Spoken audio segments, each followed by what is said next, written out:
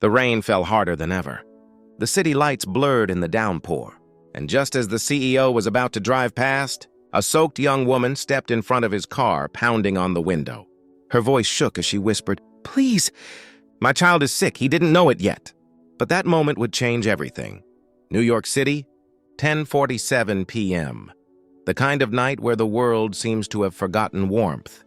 Inside a black Mercedes, Ethan Marshall, a 39-year-old CEO of Marshall Innovations, drove in silence. The wipers beat rhythmically, matching the dull ache in his chest. He had just left another business dinner, another room full of smiles that meant nothing. It had been 2 years since his wife passed away. Since then, his mansion had become quieter than ever. His success meant nothing without someone to share it with. He didn't believe in fate, but fate was about to believe in him.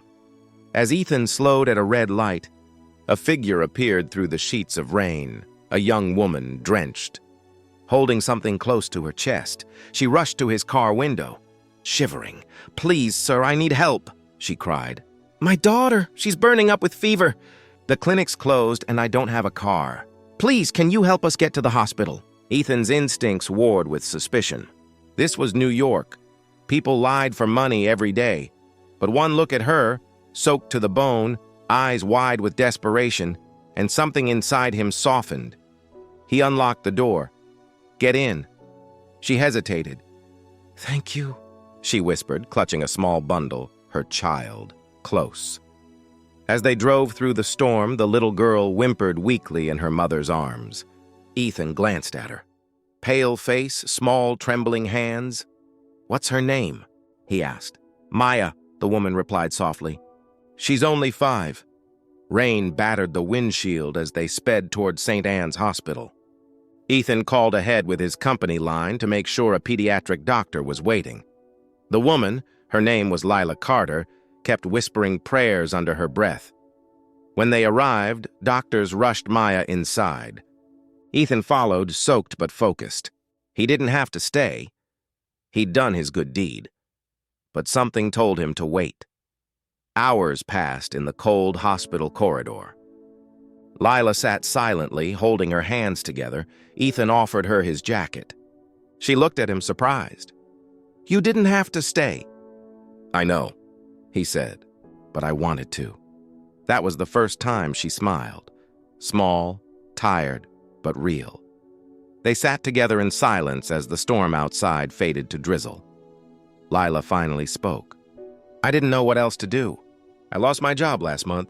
I was supposed to start a new one, but Maya got sick, and I—" Her voice broke. Ethan listened quietly, realizing she wasn't asking for pity, just understanding. When the doctor returned, he smiled gently. "She's going to be okay. The fever's down. You got her here just in time." Lila covered her face and sobbed. Relief, exhaustion, gratitude. Ethan felt something he hadn't in years. Purpose. Before leaving, he handed the nurse his card. "Put the bill under my name," he said. Lila tried to protest, but he only said, "Let me help." The next morning, Ethan returned to check on them. Maya was awake, coloring with a crayon the nurse had given her. When she saw him, she grinned. "You're the man from the rain!" Ethan laughed softly. "That's me." Lila looked up, embarrassed. "I don't know how to thank you. You didn't even know us. You don't have to," he said. "Just take care of her." They talked for a while. He learned she used to be a graphic designer but had to quit when her husband left and Maya fell ill. Her life had been one struggle after another. Ethan left that day feeling something he couldn't explain, a pull. That night, his mansion didn't feel as quiet. It felt like he'd brought a bit of light back with him. A week later, Lila received a call from Marshall Innovations. "Miss Carter," the HR voice said, "Mr. Marshall personally recommended you for a position in our design department." Lila was stunned. "Are you sure?" "Yes, ma'am." Full benefits, flexible hours. When she met Ethan to thank him, she said, "Why would you do this for me?" He smiled. "Because sometimes we all just need someone to stop for us." Over the next months, they saw more of each other. Coffee breaks turned into dinners, and dinners turned into laughter. Maya adored him. often calling him Rain Man. Slowly, Ethan's world, once made of silence and shadows, began to fill with laughter again. By December, snow blanketed the city again. Ethan invited Lila and Maya to his home for Christmas dinner. The mansion, once cold and empty, now glowed with warmth and laughter. Maya ran through the halls giggling. Lila looked at Ethan, her eyes soft. "You've done so much for us," she said. Ethan shook his head. "No, Lila.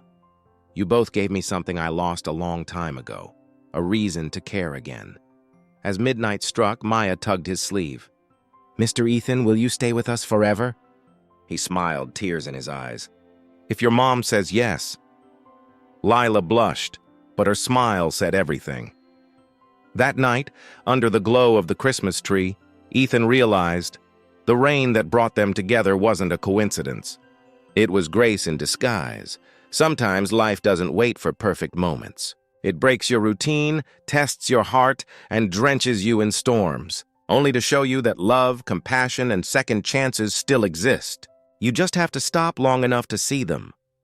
If this story touched your heart, like, share, and subscribe for more true life stories that remind us what humanity really means. Every storm hides a miracle. You just have to open the door.